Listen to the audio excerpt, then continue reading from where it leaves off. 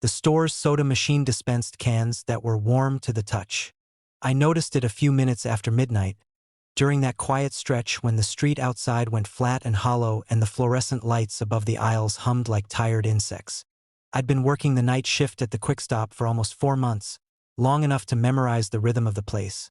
The slow refrigeration buzz, the periodic thunk of the ice machine resetting, the faint tick of cooling metal inside the drink cooler doors. Cold things stayed cold. That was the rule.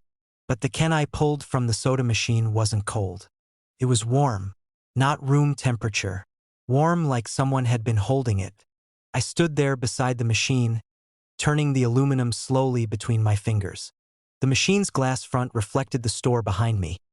Long aisles of snacks, yellow sale tags drooping from shelves, the security mirror in the corner staring down like a dull chrome eye. The can had condensation on it, but the droplets were lukewarm. Great, I muttered. Another thing breaking. The soda machine was old. It sat against the far wall near the bathroom hallway, humming in a low mechanical tone that never quite blended with the other sounds in the store. The manager kept saying they'd replace it, but nothing ever happened. I pressed the button again. The motor inside the machine groaned and a second can rolled forward with a hollow clunk. I caught it before it hit the tray. Warm again. Not hot, just body warm, like it had a pulse. I checked the price sticker on the front panel out of habit, as if that would explain it. $1.25. Same as always. Behind me, the store creaked softly. Quick Stop was an old building, older than the gas pumps outside. At night, it settled and shifted, tiny structural size traveling through the ceiling grid. Usually, I barely noticed. Tonight, the sounds felt attentive, like the store was listening. I shook the can once. The soda inside sloshed, heavy and sluggish. I set both cans on the counter and leaned over the register, pulling up the camera feed on the small monitor beneath it. The soda machine sat at the far end of the frame, a rectangular glow beneath the buzzing fluorescent tubes. Nothing unusual. Just the machine. Just the aisle. Just the narrow bathroom hallway beside it. Still, something about the image made my neck prickle. The machine's light looked dimmer on the screen than it did in real life. Like it was breathing. I told myself that was stupid. Machines didn't breathe. I walked back down the aisle anyway. The air near the soda machine felt warmer than the rest of the store. Not dramatically, just enough that the cool air from the ceiling vent seemed to thin out before reaching the wall. I crouched and opened the service panel. Inside, the compressor hummed steadily. Cold air brushed my fingers. Everything looked normal, which somehow made it worse. I closed the panel and stood. The machine clunked behind the glass. I froze. No one had pressed the button. The motor whirred once, slow and deliberate. Another can rolled forward. Clunk. It sat in the tray waiting. I stared at it. The machine's hum deepened, almost satisfied. I reached out slowly and picked up the can. Warm again. Warmer this time. The aluminum felt almost alive. I dropped it back into the tray and stepped away. The store lights flickered overhead. The flicker traveled down the aisle like a wave, one buzzing tube after another. For a moment, the shadows between the shelves stretched longer than they should have. The soda machine clunked again. Another can rolled forward. Clunk. Then another. Clunk. The tray was filling. I didn't remember pressing anything. I walked quickly back to the counter. The camera feed showed the machine dispensing cans one by one, slow and steady, like it had all the time in the world. Clunk, clunk, clunk. The tray overflowed and the cans began dropping to the tile floor. The sound echoed down the quiet store. I grabbed the store phone and dialed my manager. It rang once before the line crackled with dead static. Behind me, a can rolled across the floor. The store lights dimmed again. On the monitor, the soda machine had stopped dispensing. For a moment, the store was perfectly still. Then the camera flickered. The screen shifted to another angle. The stockroom camera. No one had touched the keyboard. The grainy view showed the narrow back room. Stacked boxes, the humming drink cooler compressor, the metal service door leading outside, and the soda machine, or rather, the back of it. A maintenance panel hung open. Something moved inside the machine. Not mechanical. Slow. Breathing. The camera flickered again. Back to the main floor. The soda machine was quiet. Cans scattered around it like fallen coins. I walked slowly down the aisle. Every step sounded too loud. When I reached the machine, I crouched and picked up one of the cans from the floor.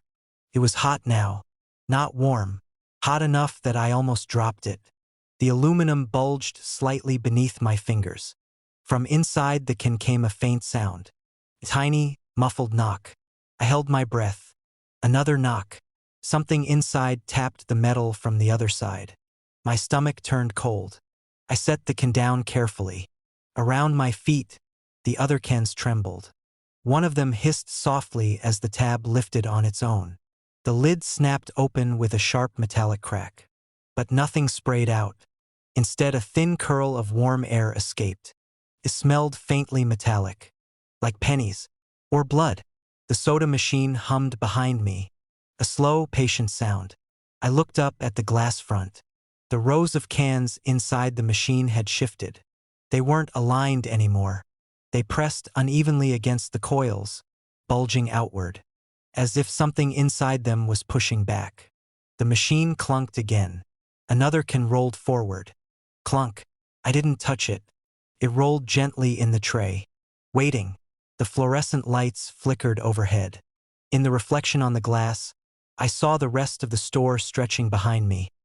Aisles bending slightly in the mirrored surface. And for a second, the reflection moved when I didn't. The aisles leaned closer. Watching. The store knew. It had known all night. I looked down at the can in the tray. Heat radiated from it. Inside, something tapped again. Not random this time. Rhythmic. 3 knocks. Pause. 3 knocks. Like someone asking to be let out. The soda machine hummed louder, almost impatient. And suddenly I understood. The machine wasn't malfunctioning. It wasn't broken. It was dispensing. Slowly, carefully, feeding the store. Because the warm cans weren't drinks. They were containers. And the reason they were warm was that something inside them had once been cold. Just like everything else in the store. Just like me. The machine clunked again behind the glass. Another can rolled forward. And this time the knocking came from inside the machine itself. A man entered and asked if he was too late for the crossing. The bell above the door chimed when he stepped inside, but the sound seemed to travel farther than it should have, rolling through the quiet aisles and into the back hallway before fading. For a moment after, the store held its breath. I was behind the counter, halfway through pouring stale coffee into a foam cup. The overhead fluorescents buzzed in that familiar uneven rhythm, casting pale islands of light between the shelves. Outside the windows, the highway was a black ribbon disappearing into fog. Too late for what? I asked. The man stood just inside the doorway. He looked like someone who had been driving a long time. Creased jacket, road dust on his boots, eyes that hadn't blinked enough. The crossing, he repeated. He said it quietly, like the word belonged here. I glanced past him at the parking lot. The gas pumps were empty, their red digital numbers glowing softly in the fog. The clock above the cigarette rack read 2:17 a.m., which was odd because I could have sworn it had read 2:17 10 minutes ago too. I set the coffee down. I think you've got the wrong place. He didn't move. The automatic doors behind him slid shut with a soft rubbery thud. The man's eyes wandered slowly across the store. The snack racks, the humming freezer doors, the narrow aisle leading toward the bathrooms. You sure? He asked. His voice sounded tired, not impatient, just resigned. The refrigerator compressors kicked on in unison, sending a low mechanical rumble through the floor. The sound seemed louder tonight, like it was coming from deeper inside the building. Pretty sure, I said. The man stepped closer to the counter. The store was warmer than usual. Not hot, just thick like the air had stopped circulating. The smell of burnt coffee and floor cleaner hung motionless between the aisles. You been working here long? He asked. Couple months. And no one ever asked you about it? About what? The crossing. The bell above the door rang again. I turned instinctively. No one had come in. The door hadn't opened. The man noticed me looking and gave a faint, humorless smile. That happens sometimes. What does? The bell. He set his hands on the counter. They trembled slightly. Outside, the fog shifted across the highway like slow-moving water. No headlights appeared. No engines passed. The world beyond the glass felt very far away. The clock still read 2:17. "You're not from around here," I said. "No." He glanced toward the back of the store. "Is there a hallway?" "There's a bathroom. Past that. Stockroom." He nodded slowly, like that confirmed something. The fluorescent lights flickered overhead. The buzzing grew louder for a moment, then settled again into its normal electrical drone. "You ever notice," he said quietly, "that the road gets longer the later it gets?" I frowned. "What?" "The highway." He gestured toward the window. "You drive long enough after midnight and the exits start disappearing." His eyes drifted back to me. Or maybe they were never there. I tried to laugh, but the sound didn't come out right. "You need gas or something?" "No." He looked at the clock. Still 2:17. "Just needed to know if I missed it." The store creaked softly. Not the usual settling noises, the building made those all night, but something slower, like the walls shifting their weight. The man listened. "So you haven't seen anyone come through?" "Through where?" "The crossing." A faint sound came from the back hallway. A soft metallic click. I turned toward it. The bathroom light had turned on. I hadn't touched the switch. "Motion sensor," I muttered. But I knew that wasn't true. The switch was manual. I'd replaced the bulb myself 2 weeks earlier. The man followed my gaze. "That's where it usually is," he said. "What is?" "The crossing." The air felt cooler now. Not gradually, suddenly.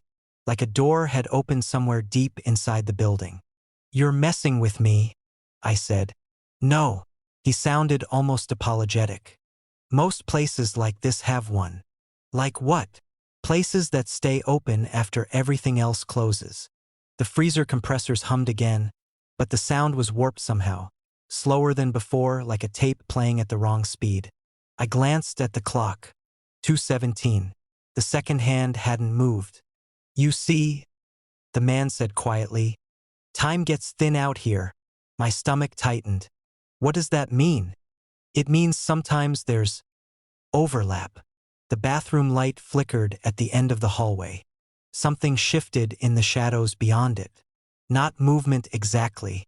More like the hallway itself bending slightly. The man exhaled slowly. "I was afraid of that." "Afraid of what?" "That I missed it." A faint echo drifted down the hallway. Footsteps. But they were wrong somehow, too soft, too slow. Like someone walking underwater. The man closed his eyes. "When the crossing opens," he said, "people come through." "From where?" "Different directions." The footsteps grew louder, then stopped. The bathroom light went out. Darkness filled the hallway. For a long moment, the store was silent except for the hum of the lights. Then the bell above the door chimed again. I spun around. The door hadn't opened, but the man was looking at it with quiet dread. "That's not good," he said. "Why?" "Because that's the sound it makes when someone arrives late." My throat went dry. "What happens to them?" He looked at me. For the first time since he'd walked in, his expression wasn't tired. It was afraid. "They don't get to cross." The lights flickered violently overhead. Every fluorescent tube in the store blinked once in perfect unison. When they came back on, the man was gone. He hadn't walked out. The door hadn't opened. He was just gone. The clock above the counter ticked forward. 2:18. For the first time all night. The bell above the door rang again. This time the doors slid open. A cold wind swept through the store, and someone stepped inside. A woman with road dust on her coat and panic in her eyes. She looked straight at me. "Please," she said, "tell me I'm not too late." Behind her, the fog swallowed the highway completely. And for the first time since my shift began, I noticed the sign hanging beneath the clock. A small metal plaque bolted to the wall. I had never seen it before. It read, "Crossing attendant on duty," which meant the man hadn't come here to use the crossing. He'd come to relieve me, and if people were arriving late, then I was the one who had to decide what happened to them next.